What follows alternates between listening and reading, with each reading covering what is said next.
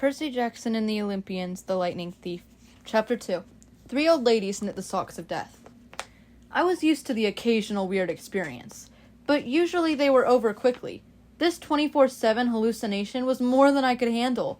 For the rest of the school year, the entire campus seemed to be playing some kind of trick on me. The students acted as if they were completely and totally convinced that Mrs. Kerr, a perky blonde woman whom I'd never seen in my life until she got on our bus at the end of the field trip, had been our pre-algebra teacher since Christmas. Every so often, I would spring a Mrs. Dodds reference on somebody, just to see if I could trip them up, but they would just stare at me like I was psycho. It got so I almost believed them. Mrs. Dodds had never existed. Almost. But Grover couldn't fool me. When I mentioned the name Dodds to him, he would hesitate, then claim she didn't exist. But I knew he was lying. Something was going on. Something had happened at the museum. I didn't have much time to think about it during the days, but at night, visions of Mrs. Dodds with talons and leathery wings would wake me up in a cold sweat. The freak weather continued, which didn't help my mood. One night, a thunderstorm blew out the windows in my dorm room. A few days later, the biggest tornado ever spotted in the Hudson Valley touched down only 50 miles from Yancey Academy. One of the current events we studied in social studies class was the unusual number of small planes that had gone down in sudden squalls in the Atlantic that year. I started feeling cranky and irritable most of the time. My grades slipped from D's to F's. I got into more fights with Nancy Bobofit and her friends.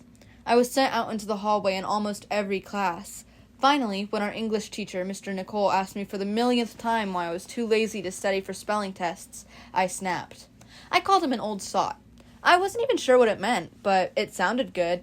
The headmaster sent my mom a letter the following week, making it official. I would not be invited back next year to Yancey Academy. Fine, I told myself. Just fine. I was homesick. I wanted to be with my mom in our little apartment on the Upper East Side, even if I had to go to public school and put up with my obnoxious stepfather and his stupid poker parties. And yet, there were things I'd miss at Yancey. The view of the woods out my dorm window, the Hudson River in the distance, the smell of pine trees. I'd miss Grover, who'd been a good friend, even if he was a little strange. I worried how he'd survive next year without me. I'd missed Latin class, too, Mr. Brunner's crazy tournament days and his faith that I could do well. As exam week got closer, Latin was the only test I studied for. I hadn't forgotten what Mr. Brunner had told me about the subject being life and death for me. I wasn't sure why, but I'd started to believe him. The evening before my final, I got so frustrated I threw the Cambridge Guide to Greek mythology across my dorm room. Words had started swimming off the page, circling my head, the letters doing 180s as if they were riding skateboards. There was no way I was going to remember the difference between Chiron and Charon, polydictes and polydeuces. And conjugating those Latin verbs? Forget it. I paced the room, feeling like ants were crawling around inside my shirt. I remembered Mr. Brunner's serious expression, his 1,000-year-old eyes. I will accept only the best from you, Percy Jackson. I took a deep breath. I picked up the mythology book. I'd never asked a teacher for help before. Maybe if I talked to Mr. Brunner, he could give me some pointers. At least I could apologize for the big fat F I was about to score on his exam. I didn't want to leave Yancey Academy with him thinking I hadn't tried. I walked downstairs to the faculty offices. Most of them were dark and empty, but Mr. Brunner's door was ajar, light from his window stretching across the hallway floor. I was 3 steps from the door handle when I heard voices inside the office. Mr. Brunner asked a question. A voice that was definitely Grover's said, "Worried about Percy, sir." I froze. I'm not usually an eavesdropper, but I dare you to try not listening if you hear your best friend talking about you to an adult. I inched closer. About the summer, Grover was saying. I mean, a kindly one in the school, now that we know for sure, and they know too. We would only make matters worse by rushing him, Mr. Brunner said. We need the boy to mature more. But he may not have time. The summer solstice deadline will have to be resolved without him, Grover. Let him enjoy his ignorance while he still can. Sir, he saw her. His imagination, Mr. Brunner insisted. The mist over the students and staff will be enough to convince him of that. Sir, I can't fail in my duties again. Grover's voice was choked with emotion. You know what that would mean. You haven't failed, Grover, Mr. Brunner said kindly. I should have seen her for what she was. Now, let's just worry about keeping Percy alive until next fall. The mythology book dropped out of my hand and hit the floor with a thud. Mr. Brunner went silent. My heart hammering, I picked up the book and backed down the hall. A shadow slid across the lighted glass of Brunner's office door. the shadow of something much taller than my wheel-bound teacher, holding something that looked suspiciously like an archer's bow. I opened the nearest door and slipped inside.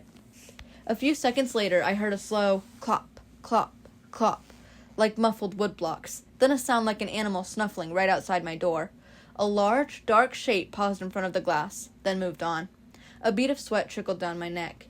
Somewhere in the hallway, Mr. Brunner spoke. "Nothing," he murmured. "My nerves haven't been right since the winter solstice."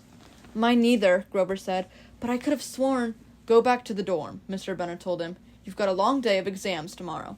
"Don't remind me." The lights went out in Mr. Brunner's office. I waited in the dark for what seemed like forever.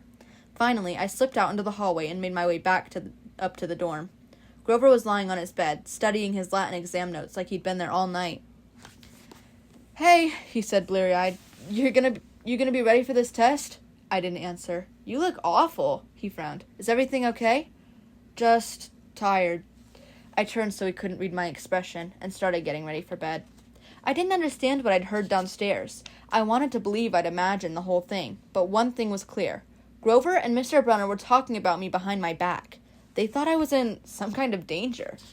The next afternoon, as I was leaving the 3-hour Latin exam, my eyes swimming with all the Greek and Roman names I'd misspelled, Mr. Brunner called me back inside. For a moment, I was worried he'd found out about my eavesdropping the night before, but that didn't seem to be the problem. "Percy," he said, "don't be discouraged about leaving Yancey. It's for the best." His tone was kind, but the words still embarrassed me. Even though he was speaking quietly, the other kids finishing the test could hear. Nancy Bobofit smirked at me and made sarcastic little kissing motions with her lips. I mumbled, "Okay, sir." Mr. Brunner wheeled his chair back and forth, like he wasn't sure what to say. "This isn't the right place for you. It was only a matter of time." My eyes stung. Here was my favorite teacher in front of the class, telling me I couldn't handle it. After saying he'd believed in me all year, now he was telling me I was destined to get kicked out. "Right," I said, trembling. No, Mr. Brunner said. "Oh, confound it all. What I'm trying to say, you're not normal, Percy. That's nothing to be—" "Thanks," I blurted. "Thanks a lot, sir, for reminding me." "Percy," but I was already gone. On the last day of the term, I shoved my clothes into my suitcase. The other guys were joking around, talking about their vacation plans. One of them was going on a hiking trip to Switzerland. Another was cruising the Caribbean for a month. They were juvenile delinquents, like me, but they were rich juvenile delinquents. Their daddies were executives, or ambassadors, or celebrities. I was a nobody, from a family of nobodies. They asked me what I'd be doing this summer, and I told them I was going back to the city. What I didn't tell them was that I'd have to get a summer job walking dogs or selling magazine subscriptions and spend my free time worrying about where I'd go to school in the fall. "Oh," one of the guys said, "that's cool." They went back to their conversation as if I'd never existed. The only person I dreaded saying goodbye to was Grover, but as it turned out, I didn't have to. He'd booked a ticket to Manhattan on the same Greyhound as I had. So there we were, together again, heading into the city. During the whole bus ride, Grover kept glancing nervously down the aisle, watching the other passengers. It occurred to me that he'd always acted nervous and fidgety when we left Yancey, as if he expected something bad to happen. Before, I'd always assumed he was worried about getting teased, but there was nobody to tease him on the Greyhound. Finally, I couldn't stand it anymore. I said, "Looking for kindly ones?" Grover nearly jumped out of his seat. What do you mean?" I confessed about eavesdropping on him and Mr. Brunner the night before the exam. Grover's eye twitched. "How much did you hear?" "Oh, not much. What's the summer solstice deadline?" He winced. "Look, Percy, I was just worried for you. Hallucinating about demon math teachers." "Grover. And I was telling Mr. Brunner that maybe you were overstressed or something because there was no such person as Mrs. Dodds, and—" "Grover, you're a really, really bad liar." His ears turned pink. From his shirt pocket, he fished out a grubby business card. "Just take this, okay? In case you need me this summer." The card was in fancy script, which was murder on my dyslexic eyes, but I finally made out something like Grover Underwood, Keeper, Half-Blood Hill, Long Island, New York, 800-009-0009. "What's half—" "Don't say it out loud," he yelped. "That's, my summer address." My heart sank. Grover had a summer home. I never considered that his family might be as rich as the others at Yancey. "Okay," I said glumly, "so like if I want to come visit your mansion?" He nodded. Or if you need me." "Why would I need you?" It came out harsher than I meant it to. Grover blushed right down to his Adam's apple. Look, Percy, the truth is, I kind of have to protect you. I stared at him. All year long, I'd gotten in fights, keeping bullies away from him. I'd lost sleep worrying that he'd get beaten up next year without me. And here he was, acting like he was the one who defended me. Grover, I said, what exactly are you protecting me from? There was a huge grinding noise under our feet. Black smoke poured from the dashboard, and the whole bus filled with a smell like rotten eggs. The driver cursed and limped the Greyhound over to the side of the highway. After a few minutes clanking around in the engine compartment, the driver announced that we'd all have to get off. Grover and I filed outside with everybody else. We were on a stretch of country road, no place you'd notice if you didn't break down there. On our side of the highway was nothing but maple trees and litter from passing cars. On the other side, across 4 lanes of asphalt shimmering with afternoon heat, was an old-fashioned fruit stand. The stuff on sale looked really good, heaping boxes of blood-red cherries and apples, walnuts and apricots, jugs of cider and a clawfoot tub full of ice. There were no customers, just 3 old ladies in rocking chairs in the shade of a maple tree, knitting the biggest pair of socks I'd ever seen. I mean, these socks were the size of sweaters, but they were clearly socks. The lady on the right knitted one of them. The lady on the left knitted the other. The lady in the middle held an enormous basket of electric blue yarn. All 3 women looked ancient, with pale faces wrinkled like fruit leather. Silver hair tied back in white bandanas, bony arms sticking out of bleached cotton dresses. The weirdest thing was, they seemed to be looking right at me. I looked over at Grover to say something about this, and saw that the blood had drained from his face. His nose was twitching. Grover, I said, hey man, tell me they're not looking at you. They are, aren't they? Yeah. Weird, huh? You think those socks would fit me? Not funny, Percy. Not funny at all. The old lady in the middle took out a huge pair of scissors, gold and silver, long-bladed like shears. I heard Grover catch his breath. We're getting on the bus, he told me. Come on. What? I said. It's 1,000 degrees in there. Come on. He pried open the door and climbed inside, but I stayed back. Across the road, the old ladies were still watching me. The middle one cut the yarn, and I swear I could hear that snip across 4 lanes of traffic. Her 2 friends balled up the electric blue socks, leaving me wondering who they could possibly be for, Sasquatch or Godzilla. At the rear of the bus, the driver wrenched a big chunk of smoking metal out of the engine compartment. The bus shuddered, and the engine roared back to life. The passengers cheered. Darn right, yelled the driver. He slapped the bus with his hat. Everybody back on board! Once we got going, I started feeling feverish, as if I'd caught the flu.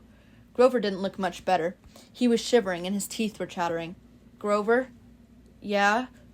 What are you not telling me? He dabbed his forehead with his shirt sleeve. Percy, what did you see back at the fruit stand? You mean the old ladies? What is it about them, man? They're not, like, Mrs. Dodds, are they? His expression was hard to read, but I got the feeling that the fruit stand ladies were something much, much worse than Mrs. Dodds. He said, Just tell me what you saw. The middle one took out her scissors, and she cut the yarn. He closed his eyes and made a gesture with his fingers that might have been crossing himself, but it wasn't. It was something else, something almost older. He said, You saw her snip the cord? Yeah, so? But even as I said it, I knew it was a big deal. This is not happening, Grover mumbled. He started chewing at his thumb. I don't want this to be like the last time. What last time? Always 6th grade. They never get past 6th. Grover, I said, because he was really starting to scare me. What are you talking about? Let me walk you home from the bus station. Promise me. This seemed like a strange request to me, but I promised he could. Is this like a superstition or something? I asked. No answer. Grover? The snipping of the yarn. Does that mean somebody is going to die? He looked at me mournfully, like he was already picking the kind of flowers I'd like best on my coffin.